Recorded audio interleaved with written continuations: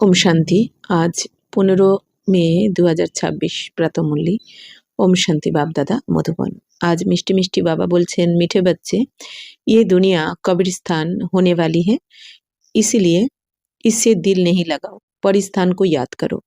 তো বাবা বলছেন মিষ্টি বাচ্চারা এই দুনিয়া এখন কবরস্থানে পরিণত হবে, কারণ এই দুনিয়া যাওয়ারই আছে। বাবা বলে দিয়েছেন এখন একদম অন্তিমের অন্তিম সময় চলছে কলিযুগ, যেহেতু বাবা এসে এখন নতুন দুনিয়ার স্থাপনা করছেন, নতুন ধর্মের স্থাপনা করছেন, তো পুরানো দুনিয়া তো যাওয়ারই আছে। তো কারণ একসাথে কলিযুগ আর সত্যযুগ তো চলতে পারে না, তাই বাবা বলছেন যে এই দুনিয়া এখন কবরস্থানে পরিণত হবে, কারণ এখন মহাবিনাশ হতে চলেছে, যেটা শুরু হয়েও গেছে অলরেডি। তো বাবা বলছেন এখন এই দুনিয়াতে বাচ্চারা তোমরা মন লাগিও না, কারণ এই দুনিয়াতে যদি এখন বাবা বলছেন মন লাগাও, মানে এই দুনিয়ার প্রতি যদি তোমাদের কোনো রকম আকর্ষণ থাকে, এই দুনিয়ার প্রতি বা দেহধারীদের প্রতি অথবা ব্যক্তি বস্তু পদার্থ যাই হোক, তো বাবা বলছেন তাহলে কিন্তু এই দুনিয়া থেকে তুমি শরীর ছাড়ার সময় অন্তিম সময়ে এই দুনিয়ার আকর্ষণে থাকলে বাবা বলছেন এই দুনিয়াই তোমাকে আকর্ষণ করে রাখবে, বাবার স্মরণ হতে দেবে না। তো বাবা বলছেন কি এই জন্য পরিস্থানকে স্মরণ করো, পরিস্থান মানে স্বর্গকে স্মরণ করো। যেরকম এই দুনিয়াতে যদি কারো বাড়ি খুব পুরানো হয়ে যায়, খুব পুরানো হয়ে গেছে, হ্যাঁ মানে রিপেয়ার করে চলছে, যা হোক করে রিপেয়ার করে করে চলছে, তখন যদি তার জন্য একটা নতুন বাড়ি বা ফ্ল্যাট ব্যবস্থা করা হয়, হ্যাঁ সে যদি মনে করে যে আমি একটা নতুন ফ্ল্যাট তৈরি করছি বা বাড়ি তৈরি করছি, তখন কিন্তু তার পুরানো বাড়ির থেকে অটোমেটিক মন উঠে যাবে, কারণ জানে কি ওইটা রিপেয়ার করে যা হোক করে চলছিল, তাই না? ঠিক সেরকমই নতুন বাড়িরকেই সে কখন যাব সেই আশাতেই থাকবে। ঠিক সেরকমই বাবা বলছেন কি, তো এই দুনিয়া আর থাকার মতো নয়, দুঃখ কষ্টই দুঃখ কষ্ট। এই জন্য বাবা বলছেন যে তোমাদের জন্য তো স্বর্গ আসছে, পরিস্থান আছে, সুখী সুখ, তো সুখের দুনিয়া আসছে, এই জন্য বাচ্চারা স্বর্গকে স্মরণ করো তোমরা। প্রশ্ন হচ্ছে তুম গরিব বচ্চো জैसा খুশনসিব দুনিয়া মে কোই ভি নেহি কিউ। তো বাবা বলছেন তোমরা গরিব বাচ্চাদের মতন সৌভাগ্যশালী, তোমাদের মতো ভাগ্যবান বা সৌভাগ্যশালী এই দুনিয়াতে কেউ নেই। কেন? उत्तर হচ্ছে क्योंकि तुम गरीब बच्चे ही डायरेक्ट उस बाप के बने हो जिससे सदगति का बरसा मिलता है। गरीब बच्चे ही पढ़ते हैं, साहूकार यदि थोड़ा पढ़ेंगे भी तो उन्हें बाप की याद मुश्किल से रहेगी। तुम्हें तो अंत में बाप के सिवाय और कुछ भी याद नहीं आएगा, इसीलिए तुम सबसे खुशनसीब हो। তো বাবা বলছেন, বাবা তো ত্রিকালদর্শী, বাবা সবকিছু দেখতে পাচ্ছেন কি হতে চলেছে। আর বাবা তাই বলছেন বাচ্চারা তোমরা তো গরিব বাচ্চা, তো ডাইরেক্ট তোমরা বাবার হয়েছো এখন। ডাইরেক্ট এতদিন ইনডাইরেক্টলি পুজো করেছো, ইনডাইরেক্টলি ডেকেছো ভগবানকে, এখন তো ডাইরেক্ট বাবার হয়ে গেছো তোমরা। তো বাবা বলছেন বাবা তো গরিব নিবাস, এই জন্য বাবা বলছেন কি তোমরা গরিব মানে কি, এই যে আমরা আত্মারা জ্ঞান গুণ শক্তি হারিয়ে ফেলেছি না, মানে কি জন্ম মৃত্যুর চক্রে আস্তে আস্তে আমাদের জ্ঞান গুণ শক্তি কমে গেছে, অর্থাৎ এই ভিখারি হয়ে গেছি আমরা। আবার ওইদিকে যেহেতু জ্ঞান গুণ শক্তি আমাদের কমে গেছে, ক্ষয় হয়েছে, এই জন্য জ্ঞান গুণ শক্তির ভিখারি হওয়ার সাথে সাথে এই দুনিয়ার সবকিছু না, সুস্বাস্থ্য আছে না, শান্তি আছে, আর না আমাদের ধন সম্পত্তি আছে, তো সব দিক থেকেই আমরা ভিখারি হয়েছি। তাই বাবা বলছেন যে তোমরা তো এখন গরিব হয়ে গেছো, ভিখারি মানে গরিব হয়ে গেছি, মানে কি সবার থেকে আশা করছি না, এই জন্য বাবা কি বলছেন বাচ্চারা কারো থেকে চেয়েও না, কারোর কাছে আশা করো না, তোমরা স্বয়ং বাবাকে পেয়েছো, বাবাই তোমাদের সদ্গতি দিচ্ছেন, বাবার থেকেই তোমরা স্বর্গের উত্তরাধিকার পাচ্ছ। তো গরিব বাচ্চে হি পড়তে, বাবা বলছেন গরিব বাচ্চারাই কিন্তু বাবার কাছে পড়ে। বাবা বলছেন যারা ধনী তারা যদিও পড়াশোনা করে, কেউ কেউ এখানে এসে যায় জ্ঞানে, কিন্তু তারা কিন্তু বাবার স্মরণে থাকতে পারে না, মানে বাবার শ্রীমতে তারা চলতে পারে না, তাই না? তো তারা জ্ঞানে আসলেও নিজের মন মতেই চলে বা পরমতে। তো বাবা বলছেন বাচ্চারা তোমাদের তো অন্তিমে এক বাবা ছাড়া আর কারোর স্মরণ আসবে না। অন্তিম সময় বাবা বলছেন তোমরা কিন্তু এক বাবার স্মরণেই থাকবে। কেন এখন তাহলে কেন নিরন্তর স্মরণ হচ্ছে না? কারণ এখনো আমাদের 63 জন্মের কার্মিক অ্যাকাউন্ট রয়েছে না, তো 63 জন্মের কার্মিক অ্যাকাউন্ট যেহেতু এখনো যুক্ত হচ্ছে, এই জন্য নিরন্তর স্মরণটা কিন্তু এখন আমরা টিকতে পারছি না, যদিও আমরা পুরুষার্থ করছি। একদিকে বাবার সাথে বাবাকে নিরন্তর স্মরণ করারও পুরুষার্থ চলছে, আর একদিকে কার্মিক অ্যাকাউন্টও চুক্ত করতে করতে আমরা অন্তিমের দিকে পৌঁছাচ্ছি, 63 জন্মের কার্মিক অ্যাকাউন্ট। তাই বাবা বলছেন তো অন্তিম সময়ে বাবা ছাড়া কিচ্ছু স্মরণে আসবে না তোমাদের। এই জন্য বাবা বলছেন তোমরাই তাহলে সব থেকে ভাগ্যবান, দুনিয়া কেউ চিনলই না বাবাকে, আর যদিও বা কেউ চেনে, অনেকে শাহুকার যারা বাবা বলছেন তারা তো বাবাকে স্মরণই করতে পারে না, আর বাবা বলছেন তাহলে তোমরা গরিবরাই বাবার স্মরণে থাকবে অন্তিম অবধি, তাহলে কত ভাগ্যবান। গীত বেজেছে দিল কা সাহারা টুট না যায়। तो ओम शांति। बच्चों प्रति बाप समझा रहे हैं और बच्चे समझ रहे हैं कि बरोबर ये जमाना আব কবরস্থান বাননে वाला है। তো বাবা বলছেন বাচ্চাদেরকে এখন বাবা বোঝাচ্ছেন, আর বাচ্চারাও বুঝতে পারছে বাবার কাছে শুনে যে বরাবর এখন এই দুনিয়া কিন্তু কবরস্থান হতে হবে। तो पहले ये जमाना परिस्थान था, अब पुराना हो गया है इसलिए इनको कब्रिस्तान कहते हैं। বাবা বলছেন প্রথমে কিন্তু এই দুনিয়া পরিস্থান ছিল মানে স্বর্গ। তো এখন তো পুরানো হয়ে গেছে ৫,০০০ বছরে।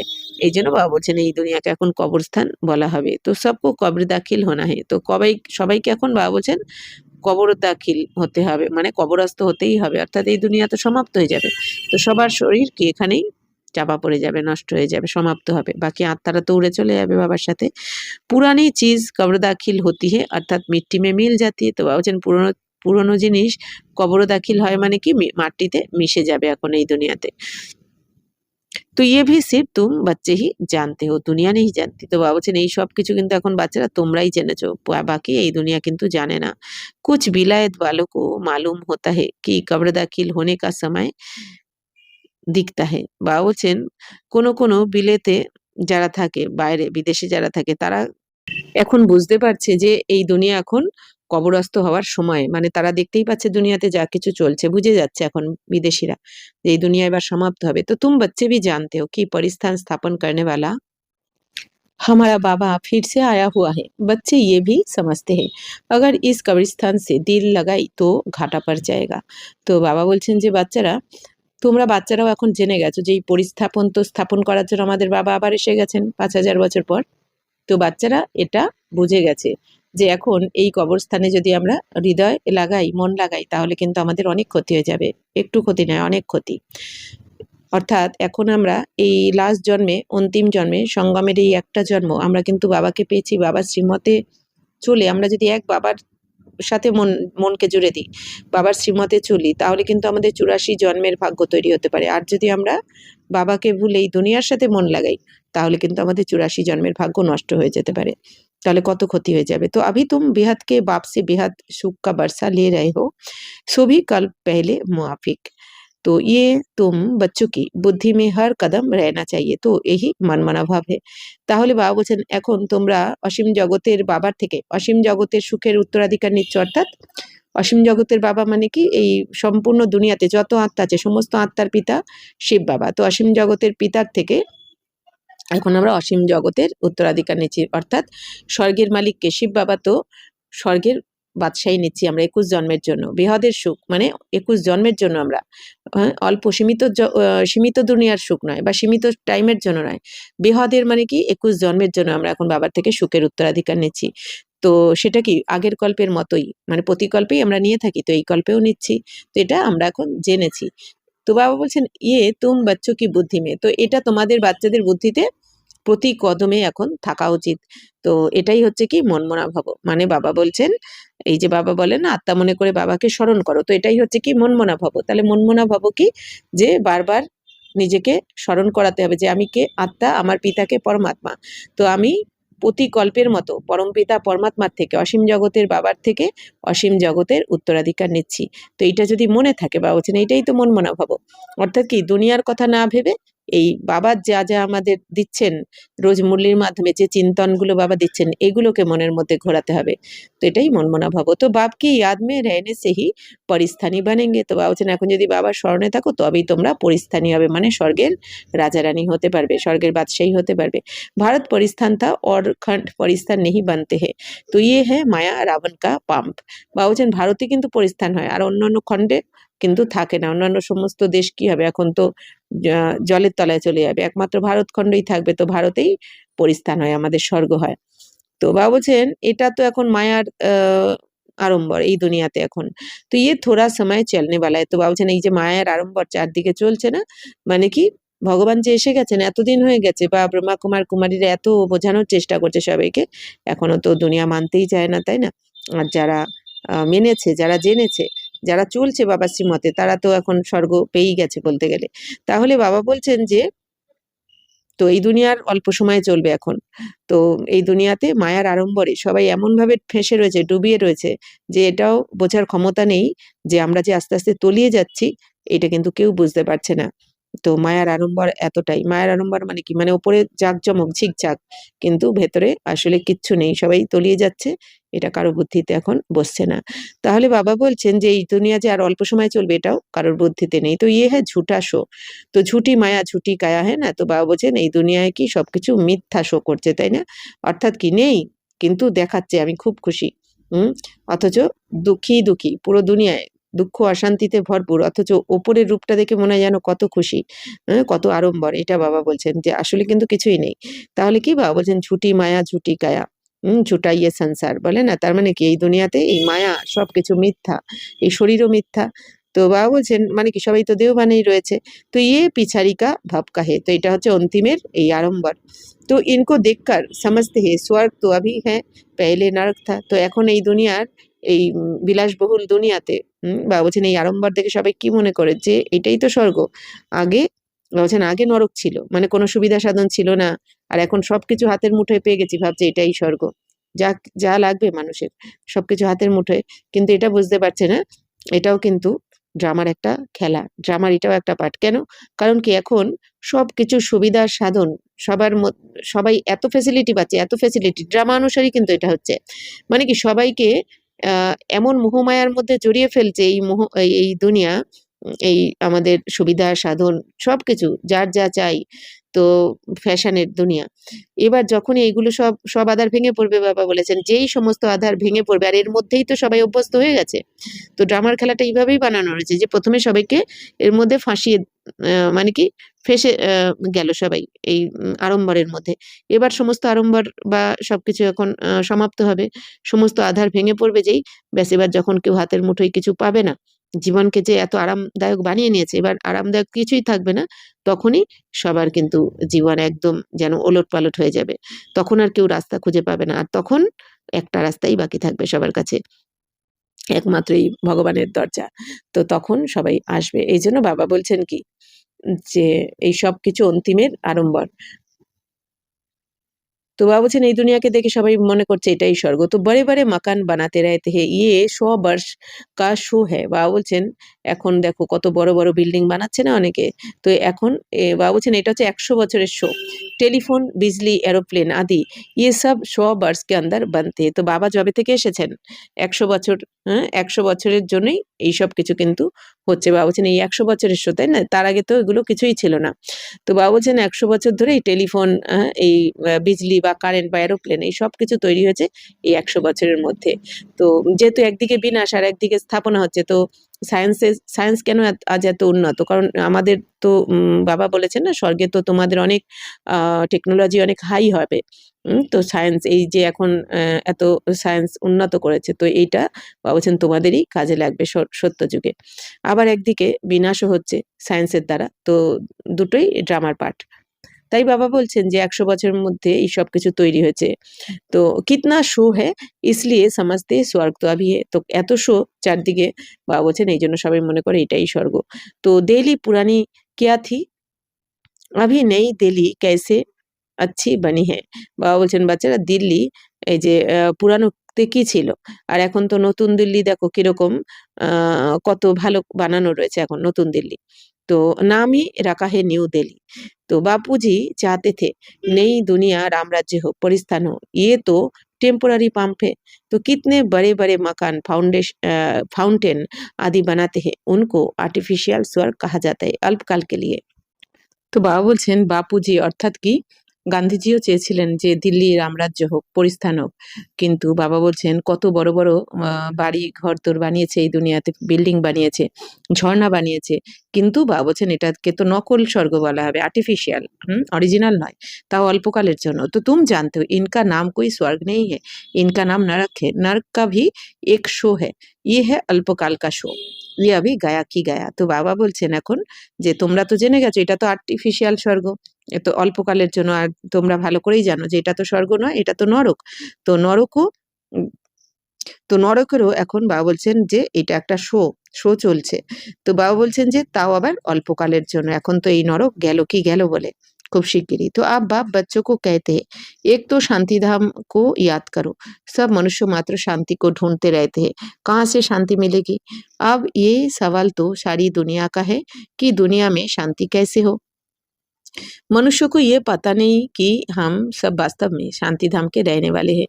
বাবা বলছেন এখন বাবা বাচ্চাদেরকে কি বলছেন, বাচ্চারা তোমরা শান্তিধামকে স্মরণ করো, কারণ তোমরা শান্তিধামেরই নিবাসী। তো ওখানেই এখন আগে ফিরতে হবে তোমাদের ঘরে, তারপর আবার এই দুনিয়াতে রাজত্ব করতে আসতে হবে। এই জন্য বাবা বলছেন যেহেতু আমরা এখান থেকে এখন নিজের ঘরে ফিরবো শান্তিধামে, এই দুনিয়া যেহেতু সবাই মুক্তি চেয়েছে, এই জন্য মুক্তিতে আমাদের আগে যেতে হবে কিছু সময়ের জন্য, তারপর আবার আমরা সুখের দুনিয়ায় আসবো, মানে সুখধাম মানে সত্যযুগে। এখন বাবা বলছেন দুনিয়াতে মানুষ মাত্র সবাই কিন্তু শান্তি খুঁজছে, সবাই। সবাই বলে থাকে না যে হে প্রভু শান্তি দাও, কেউ আবার বলে থাকে মুক্তি দাও, আর পারছি না এই জ্বালা যন্ত্রণা থেকে। তাহলে কিন্তু কোথায় গেলে শান্তি পাবে বা কোথায় গেলে মুক্তি পাবে তা কিন্তু এই দুনিয়ার জানা নেই। তো বাবা বলছেন এখন এই প্রশ্ন তো সমগ্র দুনিয়াতেই রয়েছে যে শান্তি কোথায় গেলে পাওয়া যাবে। শান্তি খুঁজছে কিন্তু কোথায় গেলে পাওয়া যাবে, কার কাছে পাওয়া যাবে তা কিন্তু জানা নেই। তো মনুষ্যকে ইয়ে পাতা নেই হ্যাঁ, বাবা বলছেন মানুষ কিন্তু এই দুনিয়াতে কেউ জানে না যে বাস্তবে আমরা সবাই শান্তিধামেরই, আমরা আত্মারা যে শান্তিধাম নিবাসী এটা কেউ জানে না। तो हम आत्माएं शांति धाम में शांत रहती है, फिर यहाँ आती है पाठ बजाने, सो भी तुम बच्चों को मालूम है। বাবা বলছেন আমরা আত্মারা শান্তি ধামে শান্ত স্বরূপেই ছিলাম, মানে আমাদের আত্মার অরিজিনাল স্টেজ হচ্ছে কি, অরিজিনাল ধর্মই হচ্ছে কি শান্ত স্বরূপ। আমি আত্মার শান্ত স্বরূপ, তো সাইলেন্সেই ছিলাম আমরা ওইখানে পরম ধামে। তো সেখান থেকে আমরা এই দুনিয়াতে পার্ট প্লে করতে এসেছি শরীরে প্রবেশ করে, তাই আওয়াজের দুনিয়ায়। ওইটা হচ্ছে সাইলেন্স হোম আমাদের পরমধাম, আর এটা কি টকি, মানে কি এখানে আমরা শরীরে প্রবেশ করে আওয়াজের দুনিয়াতে কর্ম করছি, পার্ট প্লে করে চলেছি। তো এই পার্ট প্লে করতে করতে আত্মা কি হয়ে গেছে, ক্লান্ত হয়ে গেছে। এই জন্য সবাই শান্তি চেয়েছে, মুক্তি চেয়েছে বাবার কাছে। তো সেই শান্তি বা মুক্তি ধামে নিয়ে যাওয়ার জন্য এখন বাবা এসে গেছেন। তাই বাবা বলছেন বাবাকে স্মরণ করো। তো এখন अभी तुम पुरुषार्थ कर रहे हो सुखधाम जाने জানে ভায়া শান্তিধাম। এখন বাবা বলছেন বাচ্চারা তোমরা এই কথা জেনেছো যে তোমরা এখন বাবার কাছে রাজযোগের জ্ঞান শিখছো, তোমরা পুরুষার্থ করছো কেন, সুখধামে যাওয়ার জন্য ভায়া শান্তিধাম হয়ে। অর্থাৎ এখান থেকে আমরা ডাইরেক্ট কিন্তু সুখ নতুন দুনিয়ায় যাব না, স্বর্গে যাব না, মানে সুখধামে যাব না। আগে আমরা বিনাশের পর এখান থেকে যাব নিজের ঘরে শান্তিধামে, সেখান থেকে আমরা আবার পার্ট প্লে করতে আসবো সুখধামে।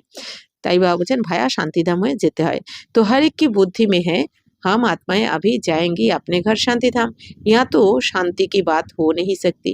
তো বাবা বলছেন বাচ্চারা সমস্ত তোমরা আত্মারা, বাবার বাচ্চারা জেনে গেছে এখন আমরা তো আগে নিজের ঘরে যাব শান্তিধামে, কারণ এখানে কিন্তু শান্তি হতেই পারে না এখানে, কারণ বাবা বলছেন এই দুনিয়াতে শান্তি যে হতে পারে না, কারণ আত্মা নিরাকারী দুনিয়াতে শান্তিধামে গিয়েই কিন্তু শান্তির স্টেজে ওখানে টিকে যাবে। শান্তি তো আমাদের মধ্যেই রয়েছে, শান্তি আত্মার মধ্যেই রয়েছে, আমাদের আত্মার সংস্কার।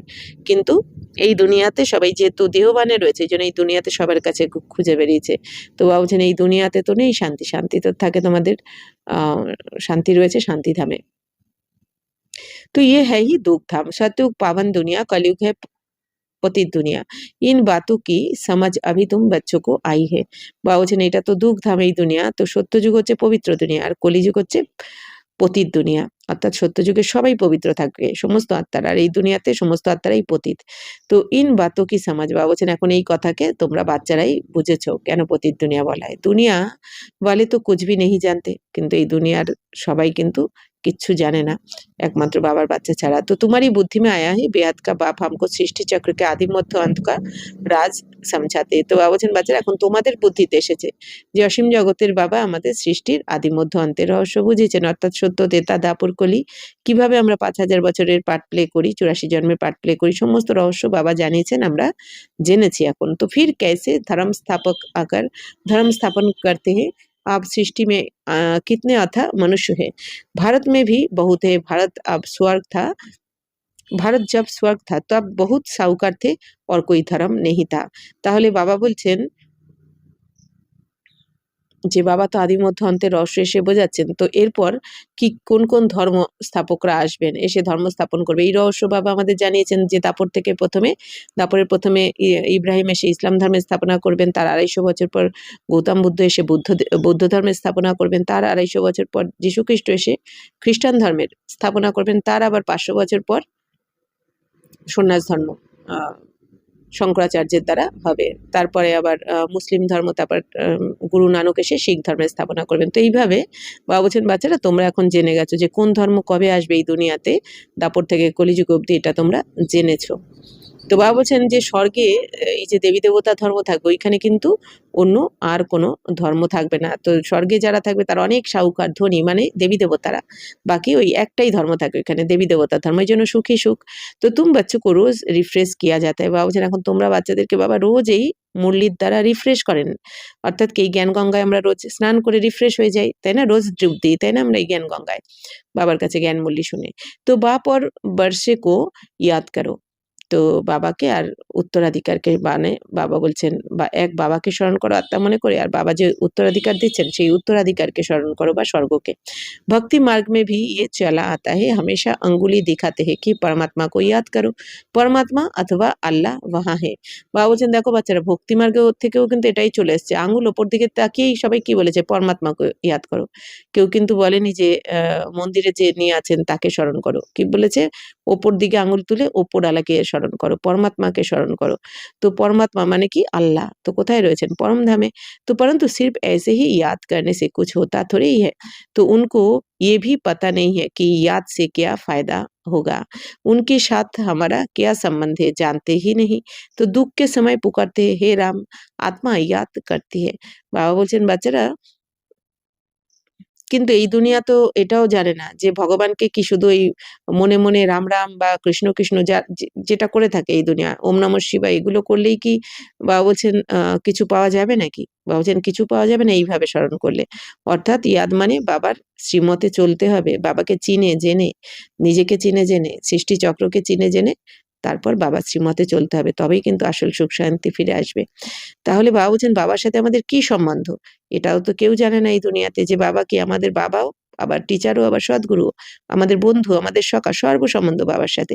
কিন্তু এত কিছু তো এই দুনিয়া জানে না, গায়ন করতে থাকে কিন্তু জানে না, কারণ দেহভানে রয়েছে, নিজেকেও জানে না, তো বাবাকেও জানে না, এই জন্য তারা অন্ধকারে ধাক্কা খাচ্ছে। তো বাবা বলছেন দুঃখের সময় ডাকতে থাকে, হে রাম। তো আত্মা ইয়াদ याद करती है, तो परंतु उनको ये पता नहीं है कि সুখ শান্তি किसको कहा जाता है। তাহলে বাবা বলছেন এই দুনিয়াতে দুঃখের সময় সবাই ডাকতে থাকে হে রাম বলে। কে স্মরণ করছে, হে রাম বলে? বাবা বলছেন আত্মাই তো স্মরণ করছে, কিন্তু তারা এটা জানে না যে সুখ শান্তি কাকে বলে, তাই না? তো এই দুনিয়া মনে করে একটু ভালো খাবো পরবো, ওটাই বোধহয় সুখ শান্তি, কিন্তু আসলে যে সুখ শান্তির চাহিদা আত্মার, আর আত্মা যতক্ষণ না পরমাত্ম জ্ঞানে ভরপুর হবে ততক্ষণ যে সুখ শান্তি পাবে না, এটা তো কারো জানা নেই। তো तुम्हारी बुद्धि में आता है कि हम सब एक बाप की संतान है, तो फिर दुख क्यों होना चाहिए।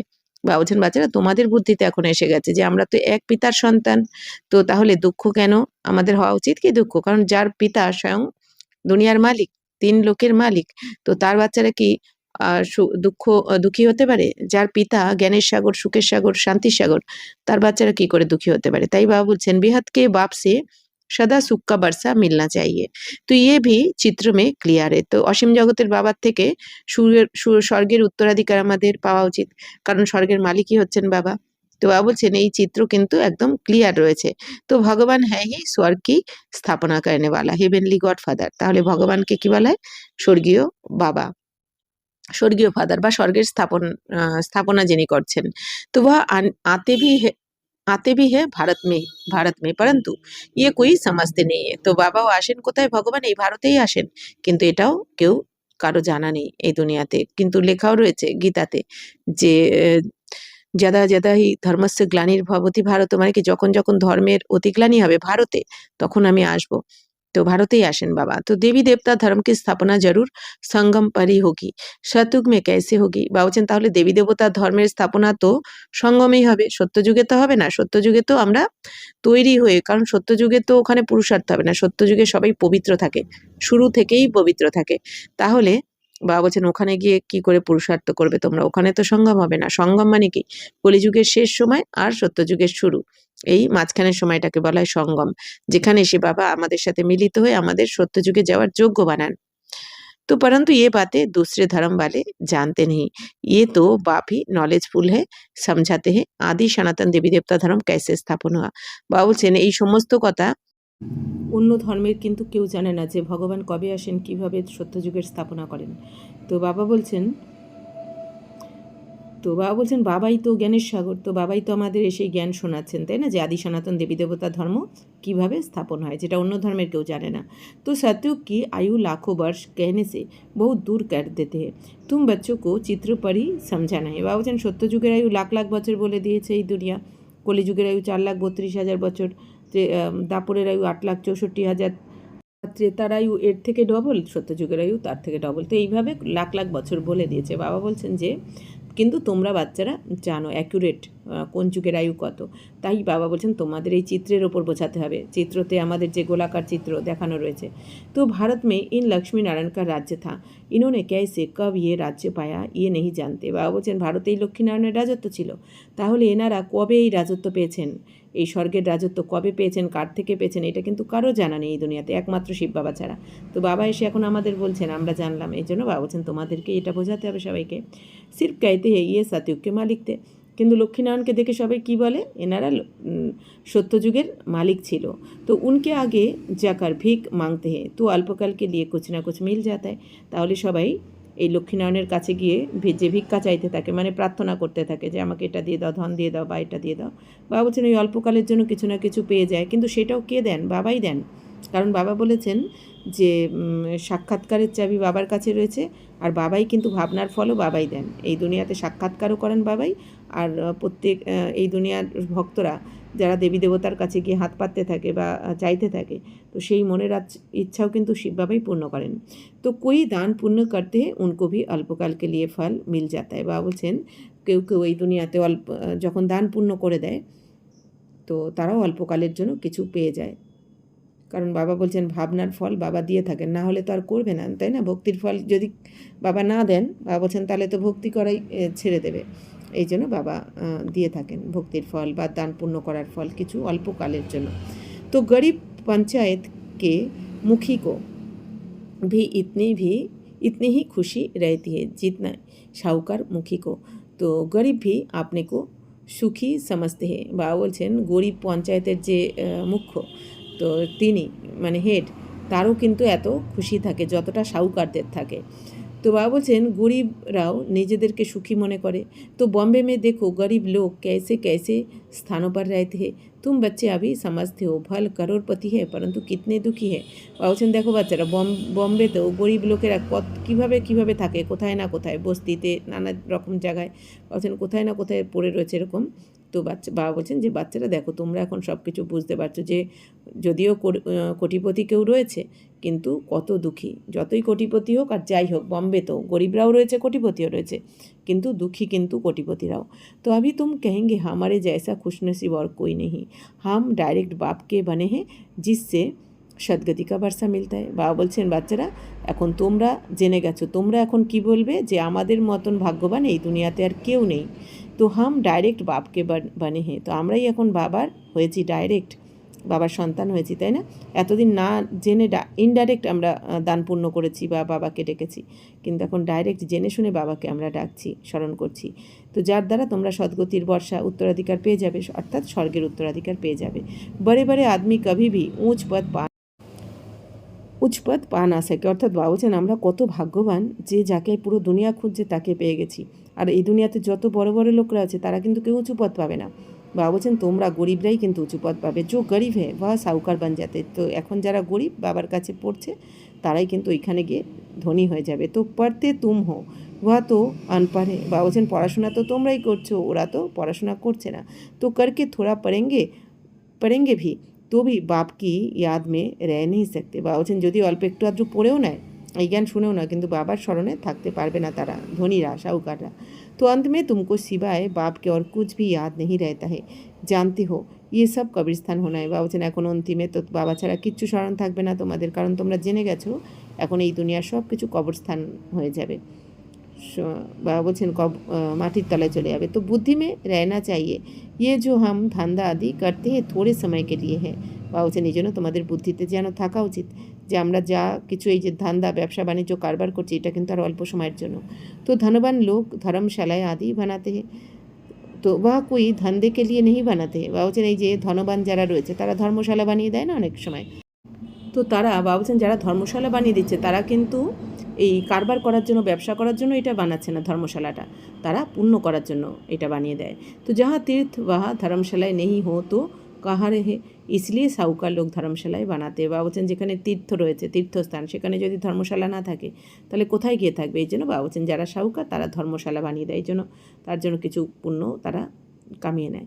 ऐसे नहीं कि ব্যাপারী লোক আকার ব্যাপার করে। বাবা বলছেন এরকম নয় যে ব্যবসায়ী লোকরা এসে ওইখানে ধর্মশালা বানিয়ে ব্যবসা করছে। তো ধর্মশালা तीर्थ स्थानों पर बनाई जाती है। तो তাহলে ধর্মশালা কোথায় বানানো হয়? তীর্থস্থানেই বানানো হয়। আব তোমারা সেন্টার বাড়িতে বাড়াতে রাতে, তাহলে বাবা বলছেন তীর্থস্থানেই তো ধর্মশালা বানানো হয়। তাহলে বাবা বলছেন কি ভারত হচ্ছে কিন্তু সব থেকে বড় তীর্থ, আর যেটা আমাদের মাউন্ট আবু। তো বাবা বলছেন এই জন্য এখানে কত বড় বড় সেন্টার বানানো রয়েছে, আবার সেন্টারের থেকে গীতা পাঠশালাও অনেক বেশি রয়েছে। তো তোমার সেন্টার্স যাহা যাহা হে वे बड़े से बड़े तीर्थ है, তো যাহা সে মনুষ্য কো সুখ শান্তি মিলতি হে। তাহলে বাবা বলছেন তোমাদের এই যে যেখানে যেখানে সেন্টার রয়েছে সেটাই হচ্ছে বড় বড় তীর্থ। तुम बेहद के बाप से बेहद का बरसा लेते हो, तो इस जैसा बड़े से बड़ा तीर्थ कोई होता नहीं। বাবা বলছেন তোমরা এখন অসীম জগতের বাবার থেকে অসীম জগতের উত্তরাধিকার নিচ্ছ, মানে স্বর্গের উত্তরাধিকার নিচ্ছ। তো বাবা বলছেন যে এত বড় তীর্থ, এর থেকে বড় তীর্থ আর কোথাও হয় না, কোনোটাই হয় না। কারণ তীর্থ মানে কি, এই দুনিয়াতে সবাই যে তীর্থে যায় ভগবানের দর্শন করতে যায়, কিন্তু সেখানে কি রয়েছে ভগবান? কিন্তু আমরা তো ভগবানের দর্শন করেছি না, আমরা বাবাকে পেয়ে গেছি। দর্শন কেন, আমরা পেয়ে গেছি। তাহলে বাবা বলছেন যে তো বাবা এসে আমাদের ডাইরেক্ট পড়াচ্ছেন, আমাদের সাথে রয়েছেন, তাই বাবা বলছেন এই বড় সেন্টারগুলো হচ্ছে কি বড় বড় তীর্থ তোমাদের। তো বাবা বলছেন যে তো তোমাদের মতন এরকম বড় তীর্থ আর কোথাও হয় না, যেখানে ডাইরেক্ট ভগবান এসে পড়াচ্ছেন, যেখানে ডাইরেক্ট ভগবান রয়েছেন। তো उन तीर्थ पर जाने से तो तुमको कुछ भी मिलता नहीं, ये भी तुम समझते हो। বাবা বলছেন এই দুনিয়ার তীর্থতে, বাবা বলছেন এই পার্থিব দুনিয়াতে যে তীর্থ করতে গেছো কিছু পেয়েছো কি? কিচ্ছু পাওয়া যায়নি। কিন্তু এখানে বাবা বলছেন এটাও তোমরা বুঝেছো। আর এখানে আমরা আমাদের তীর্থে যেখানে এই সেন্টার বা পাঠশালা, এখানে আমরা কি বাবার থেকে রোজ জ্ঞান রত্ন পাচ্ছি, তাই না? জ্ঞান রত্ন ঝুলি ভরে ভরে দিচ্ছেন বাবা আমাদের, যেটা আমাদের 84 জন্ম আমরা আমাদের সাথে থাকবে। আর বাবা সব থেকে বেশি কী দিচ্ছেন? আমাদের প্রেম ভালোবাসা, যেটা দিয়ে ভরপুর করে দিয়েছেন। ভক্ত লোক बड़े प्रेम से मंदिर आदि में चरणामृत लेते हैं, तो समझते हैं उनसे हमारा हृदय पवित्र हो जाएगा, परंतु वह तो पानी है। यहाँ तो बाप कहते मुझे याद करो तो बरसा मिलेगा। বা বলছেন ভক্তরা এই দুনিয়াতে মন্দিরে চরণামৃত নিয়েছে, কত প্রেমপূর্বক কিন্তু নিয়েছে, ভক্তি শ্রদ্ধা করেই নেয়। কিন্তু বাবা বলছেন যে চরণামৃত মানে কি, কোন অমৃত? এই জ্ঞান অমৃতের কথা বলা হয়েছে। কিন্তু বাবা বলছেন ভক্তিমার্গে যে চরণামৃত নিয়েছে সেইটা নিয়ে কি পবিত্র হয়েছে কি? সেটা যে মুখে দিয়েছে বা কিছু, তারা মনে করে কি এর দ্বারা, এই চরণামৃতের দ্বারা আমাদের হৃদয় পবিত্র হয়ে যাবে। কিন্তু বাবা বলছেন সেটা তো জল। বাবা বলছেন তার দ্বারা হৃদয় পবিত্র হয় না, আত্মা পবিত্র হয় না। আত্মা তো পবিত্র হচ্ছে এখানে, বাবা বলছেন এই জ্ঞান অমৃতের দ্বারা।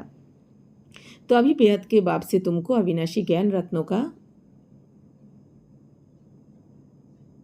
অবিনাশী জ্ঞান রত্ন কা খাজানা মিলতা হয়। বাবা বলছেন এখন তোমরা অসীম জগতের বাবার থেকে অবিনাশী জ্ঞান রত্নের খাজানা পাচ্ছ। অর্থাৎ এই দুনিয়ার ধন তো বিনাশী ধন, কিন্তু বাবা যে আমাদের জ্ঞান ধন দিচ্ছেন এটা কিন্তু অবিনাশী। এই জন্য বাবা বলছেন অবিনাশী জ্ঞান রত্নের খাজানা। তো অক্সর করকে শঙ্কর কে পাস যাতে হে সমঝতে হে অমরনাথ নে পার্বতী কো কথা শোনাই। অর্থাৎ এই দুনিয়া তো শঙ্করের কাছে যেতে থাকে।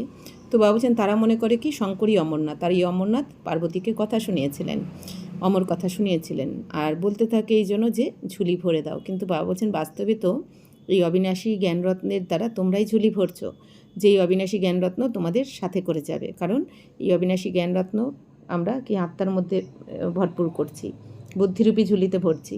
এই জন্য বাবা বলছেন এটা তোমাদের সাথে যাবে, 84 জন্ম সাথে থাকবে। बाकी अमरनाथ कोई एक को थोड़े ही बैठकर कथा सुनाएगा, जरूर बहुत होंगे और वह भी मृत्यु लोक में ही होंगे। सूक्ष्म वतन में तो कथा सुनाने की दरकार ही नहीं, अनेक तीर्थ बनाए हैं, साधु संत महात्मा आदि ढेर जाते हैं। বাবা বলছেন যে বাচ্চারা, আর তাছাড়া অমরনাথ কি কোনো একজনকে বসে কথা শোনাবে নাকি? বলছেন একজনকে বসে নয়, বাবা বলছেন আর অনেকজনকে বসেই কথা শোনাবেন। অর্থাৎ তাহলে বাবা বলছেন অমরনাথকে শিব বাবা, তাহলে শিব বাবাই বসে আমাদের এই অমর কথা শোনাচ্ছেন এখন। আর বাবা বলছেন তাও কোথায় শোনাবেন? এই মৃত্যুলোকেই শোনাবেন। বাবা বলছেন সূক্ষ্মবতনে গিয়ে তো আর শোনাবেন না, কারণ সূক্ষ্মবতনে তো আমাদের হাড় মাংসের শরীরই নেই। বাবা বলছেন এই মৃত্যুলোক মানে এই দুনিয়াতেই এই মনুষ্যলোকেই তো আমরা রয়েছি, এখানেই সবাই দুঃখী হয়ে পড়েছে, এখানেই সবাই অপবিত্র হয়েছে, পতিত হয়েছে। তাহলে বাবাকেও তো পবিত্র বানানোর জন্য এই দুনিয়াতেই আসতে হবে, সূক্ষ্মলোকে তো নয়। তাই বাবা বলছেন এই দুনিয়া তো অনেক তীর্থ বানিয়ে দিয়েছে, সাধু সন্ত মহাত্মা আদি ঢের যাতে। তো সেই তীর্থতে সাধু সন্ন্যাসী মহাত্মারা তো অনেকে যায়। তো অমরনাথ পর লাখো আদমি যাতে, আর অমরনাথেও বা বলছেন লাখ লাখ লোক যেতে থাকে এই দুনিয়াতে। তো কুম্ভ के मेले पर गंगा स्नान करने सबसे जास्ती जाते हैं, समझते हैं हम पावन बनेंगे। वास्तव में कुंभ का मेला ये है। বা বলছেন এই দুনিয়াতে এই যে কুম্ভ মেলাতে গঙ্গা স্নান করতে যায়, সবাই মনে করে ওই গঙ্গা স্নান করলে পবিত্র হয়ে যাব, কিন্তু বাবা বলছেন বাস্তবে ওই জলের গঙ্গায় স্নান করে পবিত্র হয়ে যায় না। বাবা বলছেন কুম্ভ মানে হচ্ছে এই মিলন। তো এখন বাবা বলছেন কুম্ভ মেলা মানে এই যে এখন আমাদের যে আত্মার সাথে পরমাত্মার মিলন মেলা হচ্ছে, এটা এইখানে আমরা আত্মারা এখন এই জ্ঞান সাগরে, আমরা জ্ঞান গঙ্গারা জ্ঞান সাগরে ডুব দিয়ে আমরা পবিত্র হচ্ছি। বাকি এই দুনিয়া তো গল্প কথা বানিয়ে দিয়েছে। তো तो जन्म जन्मांतरे बाबा वचन वही गल्प बनिए दिए ये दुनिया। परंतु बाप कहते इससे वापिस अपने घर कोई भी जा नहीं सकते, क्योंकि जब आत्मा पवित्र बने तब जा सके। ताहले बाबा वचन এই দুনিয়াতে তো জন্ম জন্ম গঙ্গায় স্নান করেছে, কুম্ভ মেলায় গেছে, কিন্তু পবিত্র তো কেউ হয়নি, আর ঘরেও ফিরতে পারেনি।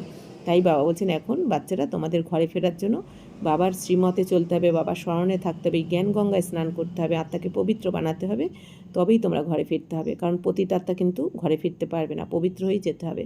परंतु अपवित्र होने के कारण सबके पंख टूट गए हैं, तो आत्मा को पंख मिले हैं। तो योग में रहने से आत्मा सबसे तीखी उठती है। बाबा बोलছেন যে বাচ্চারা অপবিত্র হওয়ার কারণেই কিন্তু তোমাদের এই আত্মার যে ডানা, বাবা বলছেন উৎসাহ উদ্দীপনার ডানা, পবিত্রতার ডানা ভেঙে গেছে, এখন আত্মারা আবার ডানা পাচ্ছে। বাবা এসে আমাদের আত্মাদের আবার ওড়ার জন্য ডানা দিয়ে দিলেন, উৎসাহ উদ্দীপনার ডানা, পবিত্রতার ডানা দিয়ে দিলেন বাবা। তো বাবা বলছেন এখন যোগেতে থাকলেই, অর্থাৎ আত্মা মনে করে তুমি যদি সর্বসম্বন্ধ বাবার সাথে জুড়ে রাখো, তাহলে তুমি পবিত্র হয়ে আর বাবা বলছেন তীব্র গতিতে উড়ে যেতে পারবে পরমধামে। कोई का हिसाब किताब लंदन में अमेरिका में होगा तो झट उड़ेंगे।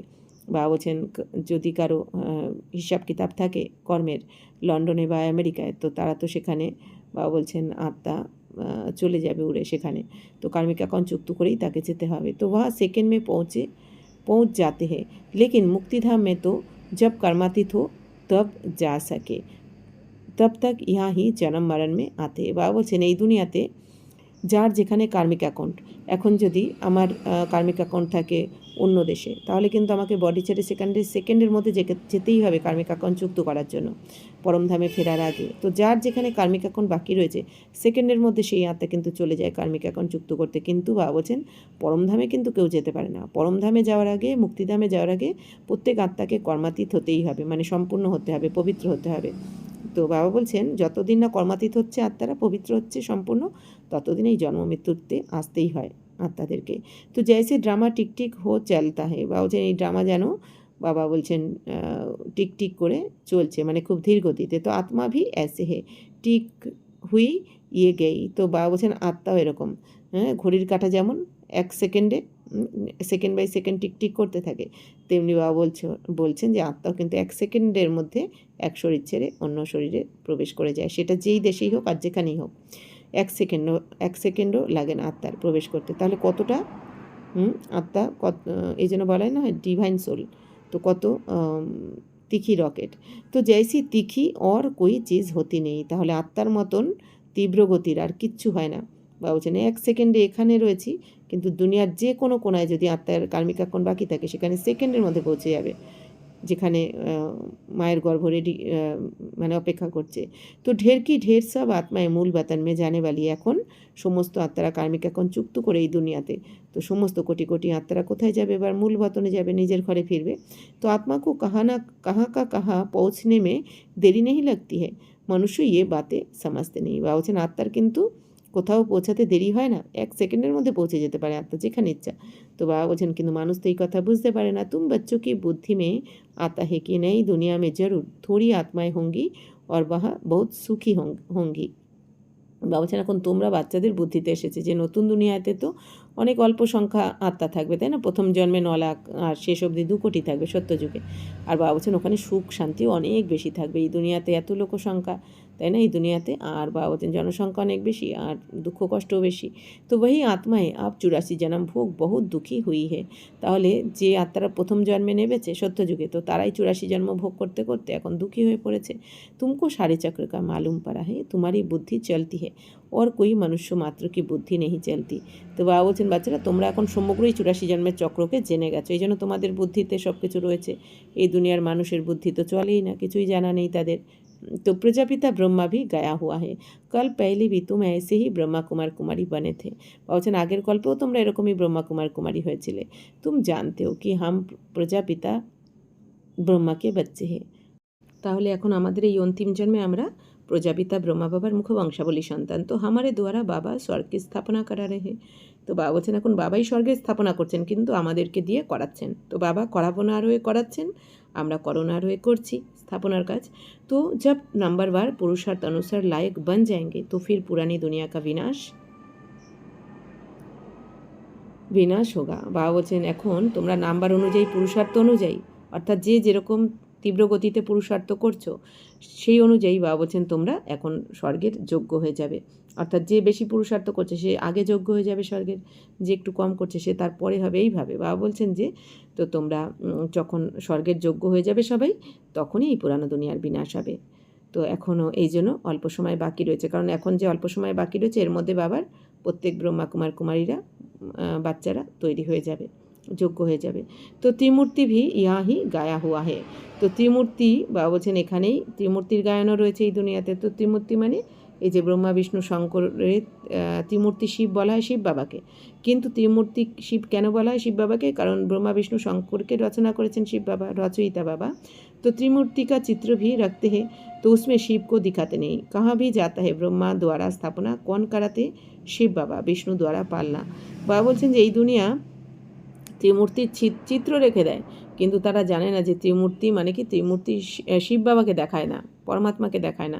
তার মানে কি তাদের জানাই নেই যে ত্রিমূর্তি শিব নিরাকার শিব বাবাকে বলা হয়। কারণ কি শিব বাবাই এনাদের রচনা করেছেন আর করে ব্রহ্মার দ্বারা স্থাপনার কাজ করিয়েছেন, বিষ্ণুর দ্বারা পালনা আর শঙ্করের দ্বারা বিনাশ। তো তুম ব্রাহ্মণ আভি লায়ক বন রহে হো দেবতা বাননে কে লিয়ে। বাবা বলছেন বাচ্চারা তোমরা এখন ব্রাহ্মণ এখন যোগ্য হচ্ছ দেবী দেবতা হওয়ার জন্য। अभी तुम वह पाठ बजा रहे हो, कल्प के बाद फिर बजाएंगे। তো বাবা বলছেন এখন তোমরা তো সেই দেবী দেবতা হওয়ার জন্য পাঠ প্লে করছো, আবার এর পরের কল্পেও এই পার্টি প্লে করবে। আগের কল্পেও করেছি, এখনও করছি, পরের কল্পেও সেম এই পার্টি প্লে করব। तुम पवित्र बनते हो तो कहते हो बाबा का फरमान है काम रूपी शत्रु को जीतो, मामे कम याद करो बहुत सहजे।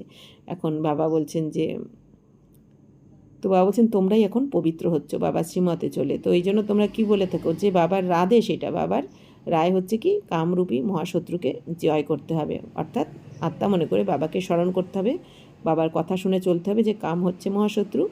তো বাবা বলছেন একে জয় করতে হবে বহুত সহজে। তো ভক্তি মার্গ মে তুম বচ্চো নে বহুত দুঃখ দেখে। বাবা বলছেন বাচ্চারা ভক্তি মার্গে তো তোমরা অনেক দুঃখ ভোগ করেছো।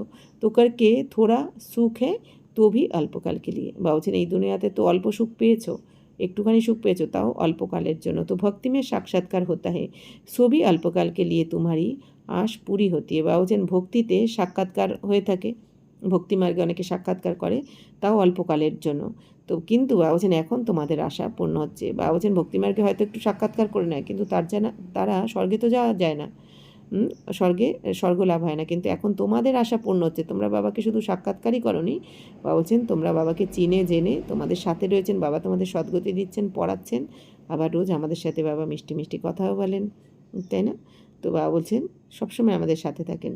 তাই বাবা বলছেন যে তোমাদের ইচ্ছা এখন পূর্ণ হয়েছে। ইয়ে সাক্ষাৎকার হতা হে ওয়া ভি मैं कराता हूँ। বাবা বলছেন এটাও হচ্ছে সাক্ষাৎকার। আবার আর ভক্তিমার্গে যে সাক্ষাৎকার করেছে অনেকে ভগবান মানে দেবী দেবতার, যে যাকে স্মরণ করেছে সেই অনুযায়ী সে সাক্ষাৎকার করেছে, তো সেই সাক্ষাৎকারও বাবাই করিয়েছেন। ড্রামাতে বাবা বলছেন এটা নির্ধারণ করাই রয়েছে, ড্রামা মে নোন্ধ অর্থাৎ বাবাই যে সাক্ষাৎকারটা করাবেন এইটাই নির্ধারণ করা রয়েছে, কারণ বাবা বলেন সাক্ষাৎকারের চাবি আমি কাউকে দিই না। তো জো পাস্ট হুয়া second by second drama shoot কিয়া হুয়া হে, তাহলে এখন বাবা বলছেন যা কিছু অতীত হয়ে গেছে এই দিনে এই ড্রামাতে সব কিছু ড্রামা অনুযায়ী কিন্তু রেকর্ড করাই ছিল। ऐसे नहीं कहते अब शूट हुआ नहीं, ये तो अनादि बना बनाया ড্রামা হ্যাঁ। তো এই লাইন দুটো খুব ইম্পর্টেন্ট। বাবা কি বলছেন, যেরকম না যে এখন নতুন করে কোনো ঘটনা ঘটছে, বাবা বলছেন নাথিং নিউ, অর্থাৎ এই ড্রামা বানানোই রয়েছে অনাদিকাল থেকে। যা কিছু ঘটে চলেছে আমাদের সাথে আমরা অনেক সময় চিন্তা করে থাকি কেন এটা হলো, কেন এটা হলো, এটা না বললে ভালো তো, এটা না করলে ভালো তো, কিন্তু না, অর্থাৎ বাবা বলছেন ড্রামা বানানোই রয়েছে আমাদের কর্ম অনুযায়ী। এই ড্রামা কর্ম অনুযায়ী ফল, তো এই অনুযায়ী কিন্তু ড্রামাটাও বানানো রয়েছে আমাদের 5000 বছরের ড্রামা। এই জন্য বাবা বলছেন কি এই ড্রামাকে মনে রাখতে হবে যে ড্রামাতে নতুন করে কিছু শুটিং হচ্ছে না, যেটা হওয়া রয়েছে সেটাই আবার একবার করে রিপিট হচ্ছে। তো জিতনে ভি অ্যাক্টর সে সবকা পার্ট অবিনাশী, আর এই দুনিয়াতে যত অ্যাক্টর রয়েছে আত্মারূপী সবার পার্ট কিন্তু অবিনাশী, মানে কি কারোর পার্ট বিনাশ হয় না। প্রত্যেককে 5000 বছর পর পর কেউ যদি মনে করে থাকে যে অনেকে বলে থাকে যে আমার এত দুঃখ কষ্ট আমি আর আসতেই চাই না এই ড্রামাতে, কিন্তু এটা বললে পার পাবে না, আসতে হবে, কারণ ড্রামা হুবহু রিপিট হচ্ছে। তো মোক্ষ কো কোই নেহি পাতে হে, তো মোক্ষ তো কেউ লাভ করতে পারে না। তো সন্ন্যাসী লোক कहते हम लीन हो जाते, बाप समझाते हैं तुम अविनाशी आत्मा हो, आत्मा बिंदी है, इतनी छोटी सी बिंदी में 84 जन्मों का पाठ नुंदा हुआ है।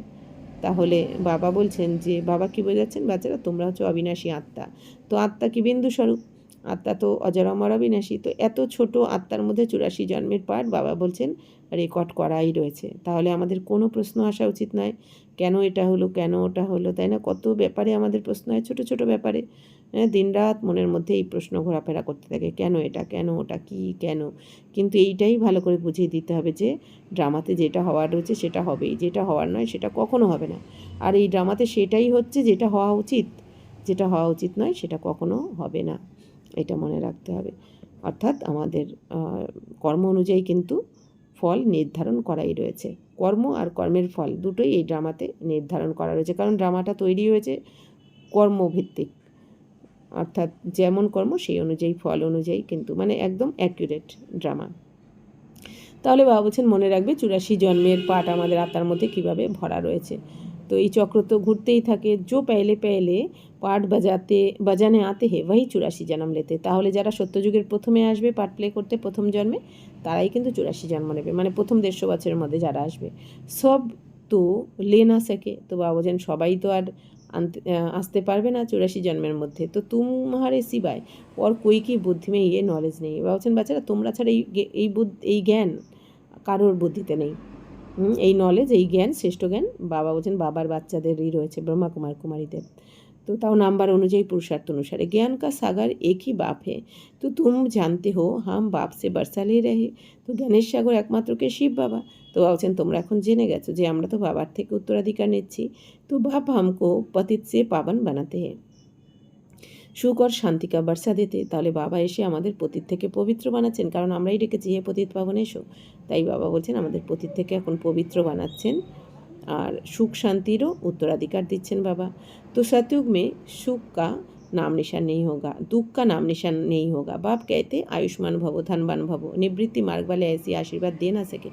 এখন বাবা বলছেন বাচ্চারা সত্যযুগে তোমাদের দুঃখের নাম নিশানাও থাকবে না, দুঃখ শব্দটাই থাকবে না, দুঃখ কী কাকে বলে তাই জানবে না তোমরা।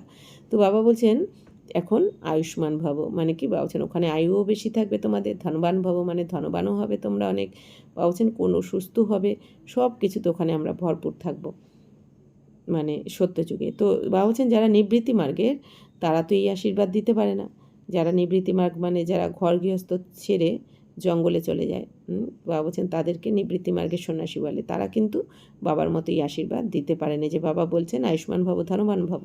কেন বলছেন? কারণ বাবা বলছেন তাও কাদের, যারা জ্ঞানী বাচ্চা, অর্থাৎ বাবা আমাদের এখন আয়ুষ্মান ভবর বরদান দিচ্ছেন, মানে কি এখানে যে আয়ু বাড়বে তা নয়, সত্যযুগে গিয়ে বাবা বলছেন ওখানে তোমাদের 150 বছরের আগে তো কেউ শরীর ছাড়বে না, আর ওখানে তোমরা ধনবান থাকবে, ওখানে তো কেউ গরিব হবে না। তাই বাবা বলছেন এই আশীর্বাদ কিন্তু বাবাই দিতে পারেন। সত্যযুগের যে আমরা যে পদ প্রাপ্ত করব, এই পদের আশীর্বাদ নিবৃত্তি মার্গের সন্ন্যাসীরা দিতে পারে না। তো তুম बच्चों को बाप से वर्षा मिल रहा है। सतयुग त्रेता के सुखधाम, त्रेता है सुखधाम। বাবা বলছেন সত্যযুগ আর ত্রেতা হচ্ছে কি সুখধাম মানে স্বর্গ। তো এই উত্তরাধিকার তোমরা পাচ্ছ 21 জন্মের। फिर दुख कैसे होता है ये भी कोई नहीं जानते। देवताएं वाम मार्ग में कैसे जाते वह निशानियां हैं। जगन्नाथपुरी में देवताओं के चित्र ताज आदि पहने हुए दिखाते हैं। फिर गंदे चित्र भी बनाए हैं। तो बाबा बोलते हैं इसलिए उनकी मूर्ति भी काली रखी है। तो जिससे सिद्ध होता है देवताएं वाम मार्ग में जाते हैं तो अंत में बिल्कुल काले बन पड़ते हैं। अभी तुम जानते हो भारत कितना सुंदर था, फिर तमो प्रधान बनना ही है ड्रामा प्लान अनुसार। बाबा बोलছেন যে বাচ্চারা, তো দাপর থেকে কিভাবে তোমাদের সত্যতেতা তো সুখধাম, এরপর দাপর থেকে কিভাবে দুঃখ হয়, বাম মার্গে এসে কিভাবে দুঃখী হয়ে যায় সবাই, এটাই দুনিয়ার কারো কিন্তু জানা নেই। তো দেবী দেবতারাই বাম মার্গে কিভাবে আসে এইটা কিন্তু এই দুনিয়ার কেউ জানে না। কিন্তু বাবা বলছেন এই যে জগন্নাথপুরীতে যে দেবী দেবতাদের যে নোংরা চিত্র দেখিয়ে দেওয়া হয়েছে, তো কেন দেখানো হয়েছে? কারণ বাম মার্গে দেবী দেবতারা এসে কামবিকারে কামচিতায় বসার ফলে কি হয়েছে, কালো হয়ে গেছে, তারা পতিত হয়ে গেছে। এই জন্য বাবা বলছেন কি জগন্নাথপুরীতে সেই লোক নিশানা রয়েছে, মানে স্মরণিক রয়েছে দেবী দেবতাদের, যে এনারা বাম মার্গে এসে কামচিতাতে বসে কালো হয়ে গেছে, মানে পতিত। তো এর দ্বারাই বাবা বলছেন প্রমাণিত হয় যে দেবী দেবতারা বাম মার্গে গিয়ে বাম মার্গে যান। তাহলে অন্তিমে বাবা বলছেন অন্ত মে বিলকুল কালে বান পারতে, তাহলে এই বাম মার্গে যখন দেবী দেবতারা যান তখন অন্তিমে গিয়ে মানে কলিযুগের শেষে গিয়ে একদম কালো হয়ে যান। अभी तुम जानते हो भारत कितना सुंदर था। বাবা বলছেন এখন তো তোমরা জানো ভারত কত সুন্দর ছিল, মানে পবিত্র ছিল। তারপর এখন কিভাবে তমপ্রধান হয়ে গেছে কামবিকারে যাওয়ার ফলে, 5 বিকারে যাওয়ার ফলে। তো বাবা বলছেন সব কিছু কিন্তু এই ড্রামার প্ল্যান অনুসারেই হয়েছে, এটা তোমরা জানো। তো আবি সঙ্গম পর আবার এরকমই সেম একই ঘটনা ঘটবে 5000 বছর পর পর। তো আবি সঙ্গম পর তুমকো ইয়ে নলেজ है। তো সঙ্গমে সম্পূর্ণ নলেজ রয়েছে। বাবা বলছেন তোমাদের বাপ তো হ্যাঁ নলেজফুল, তোমারা এক ही बाप टीचर गुरु होती तीनों हैं। তো এক বাবাই হচ্ছেন কি আমাদের বাবাও, টিচারও আবার সদ্গুরু। তো বাবা হয়ে আমাদের লালন পালন দিচ্ছেন জ্ঞান গুণ শক্তির দ্বারা, টিচার হয়ে আমাদের পড়াচ্ছেন আত্মার জ্ঞান, পরমাত্মার জ্ঞান, সৃষ্টিচক্রের জ্ঞান, 3 লোকের জ্ঞান সমস্ত পড়াচ্ছেন বাবা। আর গুরু হয়ে আমাদের আবার সদ্গতিও দিচ্ছেন শিব বাবাই। তো ইয়ে সदैव বুদ্ধি মে রহে শিব বাবা হামকো পড়াতে। বাবা বলছেন এটা সবসময় যেন মনে থাকে যে আমাদের যিনি পড়াচ্ছেন তিনি কোনো সাধারণ দেহধারী নয় দুনিয়ার, আমাদের স্বয়ং ভগবান এসে পড়াচ্ছেন, এই জন্য পদও অনেক উঁচু। तो ये बेहद की पढ़ाई है जिससे तुम नॉलेजफुल बन गए हो, तुम सब कुछ जानते हो। বাবা বলছেন এটা হচ্ছে অসীম জগতের পড়া। কেন? কারণ বাবা বলছেন এই দুনিয়াতে কোনো স্কুল কলেজে পড়াশোনা করে কিন্তু কেউ 21 জন্মের বাদশাহী পায় না। সেখানে বাবা বলছেন যারা পড়াশোনা করে সেটা 1 জন্মের জন্য। এই দুনিয়াতে যারা পড়াশোনা করে পদ প্রাপ্ত করে, পরের জন্মে কিন্তু তাদের আবার নতুন করে পড়াশোনা করতে হয় কোনো পদ প্রাপ্ত করতে গেলে। কিন্তু বাবা বলছেন তোমরা এই 1 জন্ম পড়ছো বাবার কাছে লাস্ট জন্ম, আর 21 জন্মের জন্য তোমরা দেবী দেবতা পদ প্রাপ্ত করছো। অর্থাৎ সত্যযুগে সত্যতেতাতে আমাদের আর দেবী দেবতা হওয়ার জন্য পড়াশোনা করতে হবে না, আমাদের রাজত্ব ফিরে পাওয়ার জন্য বাবা বলছেন বা রাজত্ব করার জন্য পড়াশোনা করতে হবে না। বাবা বলছেন এই একবার পড়ছো 21 জন্ম নন স্টপ চলবে তোমাদের, তাই না? তাহলে বাবা বলছেন তো এই সব কিছু এখন তোমরা জেনেছো। তো ওয়াহ कहते हैं सर्वव्यापी है, तुम कहते हो वह पतित पावन है, कितना রাত দিন কা ফারাক। এখন এই দুনিয়া কী বলে ভগবান সবার মধ্যে রয়েছে, সর্বব্যাপী মানুষের মধ্যেই ভগবান। কিন্তু বাবা বলছেন তোমরা এখন কি বলো, শিব বাবা তো পতিত পাবন, শিব বাবা পতিতদেরকে পবিত্র বানান, উনি সর্বব্যাপী নন, সর্বব্যাপী তো আত্মা, সবার মধ্যে আত্মা রয়েছে, পরমাত্মা নয়, পরমাত্মা তো পরমধামে থাকেন। তো কত রাত দিনের তফাৎ হয়ে যায়। अभी तुम मास्टर नॉलेजफुल बने हो नंबर बार, जो बाप के पास है वह तुमको सिखाते। বাবা বলছেন এখন তোমরা মাস্টার নলেজফুল হয়ে গেছো, জ্ঞানের সাগর। তো বাবার কাছে যা কিছু রয়েছে সব তোমাদের শেখাচ্ছেন। तुम भी सबको ये बताते हो बाप को याद करो तो 21 जन्म के लिए वर्षा मिलेगा। এখন বাবা বলছেন বাচ্চারা তোমরাও এখন তাহলে বাবাকে স্মরণ করছো আর সবাইকে কি বলছো যে সবাই যদি বাবাকে স্মরণ করে আত্মা মনে করে তাহলে সবাই 21 জন্মের জন্য উত্তরাধিকার পেয়ে যাবে। আচ্ছা, मीठे मीठे सिकिलदे बच्चों प्रति माता पिता बाप दादा का याद प्यार और गुड मॉर्निंग। रूहानी बाप की रूहानी बच्चों को नमस्ते। हम रूहानी बच्चों की रूहानी माता पिता बाप दादा को याद प्यार गुड मॉर्निंग और नमस्ते नमस्ते नमस्ते। थैंक यू बाबा, शुक्रिया। धारणा के लिए मुख्य सार, स्वयं रिफ्रेश रहकर औरों को रिफ्रेश करने के लिए बाप और बरसे की याद में रहना है और सबको याद दिलाना है।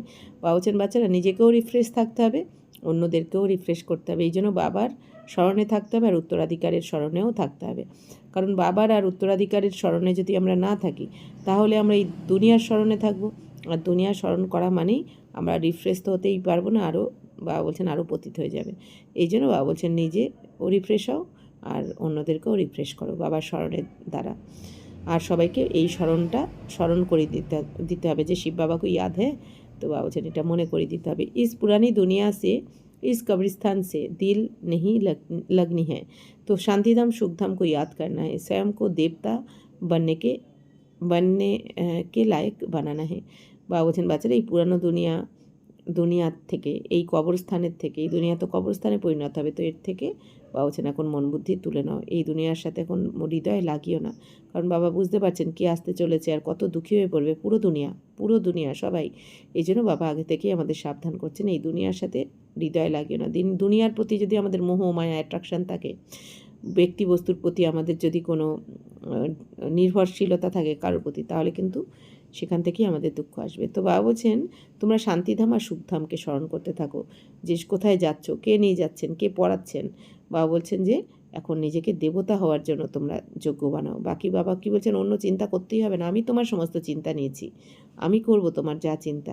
বাবা বলছেন তুমি আমার কথা ভাবো, আমার শ্রীমতে চলো। वरदान ईश्वरीय अथॉरिटी द्वारा संकल्प व बुद्धि को ऑर्डर प्रमाण चलाने वाले मास्टर सर्वशक्तिमान भव। তো বাবা আজকে আমাদের মাস্টার সর্বশক্তিমানের বরদান দিচ্ছেন। बाबा सर्वशक्तिमान, আমরা मास्टर सर्वशक्तिमान। जैसे स्थूल हाथ पाँव को बिल्कुल सहज रीति जहाँ चाहो वहाँ चलाते हो व कर्म में लगाते हो, वैसे संकल्प व बुद्धि को जहाँ लगाने चाहो वहाँ लगा सको, इसे ही कहते ঈশ্বরীয় অথরিটি। তো বাবা বলছেন এই যে ঈশ্বরীয় অথরিটি কাকে বলা হবে, বাবা বলছেন যেমন তোমরা তোমাদের স্থূল হাত পা কত সহজভাবে চালনা করছো, কোনো বাবা বলছেন তার জন্য কি কোনো ট্রেনিং নিতে হচ্ছে না, কিছু করতে হবে, তাহলে সহজভাবে আমরা আমাদের হাত পাত দ্বারা যা কিছু করতে পারি কত সহজেই করতে পারি। বাবা বলছেন ঠিক সেরকমই তোমরা সংকল্প বা বুদ্ধির দ্বারাও তোমরা এই সংকল্পকে আর বুদ্ধিকে যেখানে চাও সেখানেই লাগাতে পারো।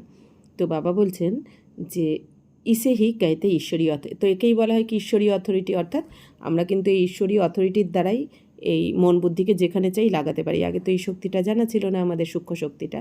তো जैसे वाणी में आना सहज है वैसे वाणी से परे जाना भी इतना ही सहज हो, इसी अभ्यास से साक्षात्कार मूर्त बनेंगे। तो अब इस अभ्यास को सहज और निरंतर बनाओ, तब कहेंगे मास्टर सर्वशक्तिमान। তাহলে বাবা বলছেন যেরকম বাণীতে আসা তোমাদের সহজ, তাই না, কথা বলতে কত সহজ লাগে, এর জন্য পরিশ্রম করতে হয় না, তো সেরকমই বাবা বলছেন বাণীর ঊর্ধ্বে যাওয়াটাও যেন এতটাই সহজ হয়ে যায়, মানে সেকেন্ডের মধ্যে যেন আমরা সাইলেন্সে যেতে পারি, একদম সাইলেন্স হয়ে পরমধাম। তো বাবা বলছেন এই অভ্যাসের দ্বারাই তোমরা সাক্ষাৎকারের মূর্তি হবে, সাক্ষাৎকার মূর্ত হয়ে যাবে। তাহলে বাবা বলছেন এখন এই অভ্যাসকে অনেক বাড়াতে হবে, বাণীতে আসা যতটা সহজ যেন সেকেন্ডের মধ্যে অশরীরই হয়ে যেতে পারো, তাহলে এর দ্বারা সাক্ষাৎকার মূর্ত হয়ে যাবে। এই জন্য বাবা বলছেন এখন এই অভ্যাসকে অনেক সহজ আর নিরন্তর বানিয়ে দাও, মানে সহজ বানিয়ে দাও, তার মানে কখন সহজ হবে, অতিরিক্ত নিরন্তর যদি আমরা অভ্যাস করি রোজ তবে সহজ হয়ে যাবে। আর নিরন্তর করতে হবে এই অভ্যাসটা, ওই সকালবেলা রাত্রিবেলা এরকম নয়, আমাদের ট্রাফিক কন্ট্রোলের সময় বা 1 ঘন্টা আধ ঘন্টা পর পর সে 1 মিনিটের জন্য হলেও এটা করতে হবে, মানে অশরীরী হওয়ার প্র্যাকটিস, তবেই বলা হবে মাস্টার সর্বশক্তিমান। স্লোগান স্বস্থিতি শক্তিশালী হো তো পরিস্থিতি উসকে আগে কুছ ভি নেই।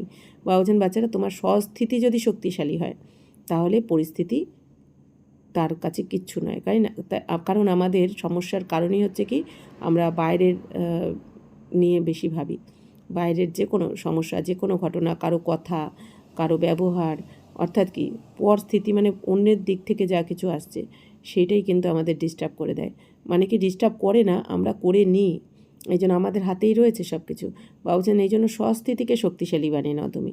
আমার যদি নিজের স্থিতি শক্তিশালী হয়, পাওয়ারফুল হয়, তাহলে তো কে কী বললো করলো আমার কিছু মানে গায়েই লাগবে না। কেন কি আমরা জানি কি সবাই যারা বলছে বা করছে বা ব্যবহার যাই করুক না কেন, সে তো আমার শরীরের সাথে করছে, আমার শরীরকে ঠকাচ্ছে, আমার শরীরকে বলছে, আমি তো শরীর নই, আমি তো আত্মা। তো এইভাবে যদি আমরা স্বস্থিতিতে টিকে থাকি যে আমি আত্মা, পাওয়ারফুল আত্মা, আমাকে কোনো ব্যক্তি বস্তু পদার্থ আমার স্থিতিকে টলাতে পারবেই না। তো বাবা বলছেন তাহলে যদি এরকম স্বস্থিতি শক্তিশালী হয় তবে পরিস্থিতি তোমাকে কিছু डिस्टर्ब করতে পারবে না। अव्यक्त इशारे सदा अचल अडुल एकरस स्थिति का अनुभव करो। आपके एकरस अचल स्थिति का ही ये अचल घर यादगार है। जैसे बाप दादा एकरस रहते हैं वैसे बच्चों को भी एकरस रहना है। বা বলছেন এই যে অচল ঘরের স্মরণিক হচ্ছে কি তোমাদের একরস স্থিতিরই স্মরণিক। এই যে তোমরা এখন একরস থাকো সঙ্গমে, মানে কি এক বাবা দ্বিতীয় কেউ নয়, এই জন্যই অচল ঘরের স্মরণিক হিসেবে বানানো হয়েছে। বাবা বলছেন যে বাপ দাদাও একরস থাকেন। তো যেরকম বাপ দাদা একরস থাকেন মানে কি এই ব্রহ্মা বাবাও যেমন এক বাবা দ্বিতীয় কেউ নয়, সেরকমই বাবা বলছেন বাচ্চাদেরও এখন একরস থাকতে হবে, মানে এক বাবা দ্বিতীয় কেউ নয়।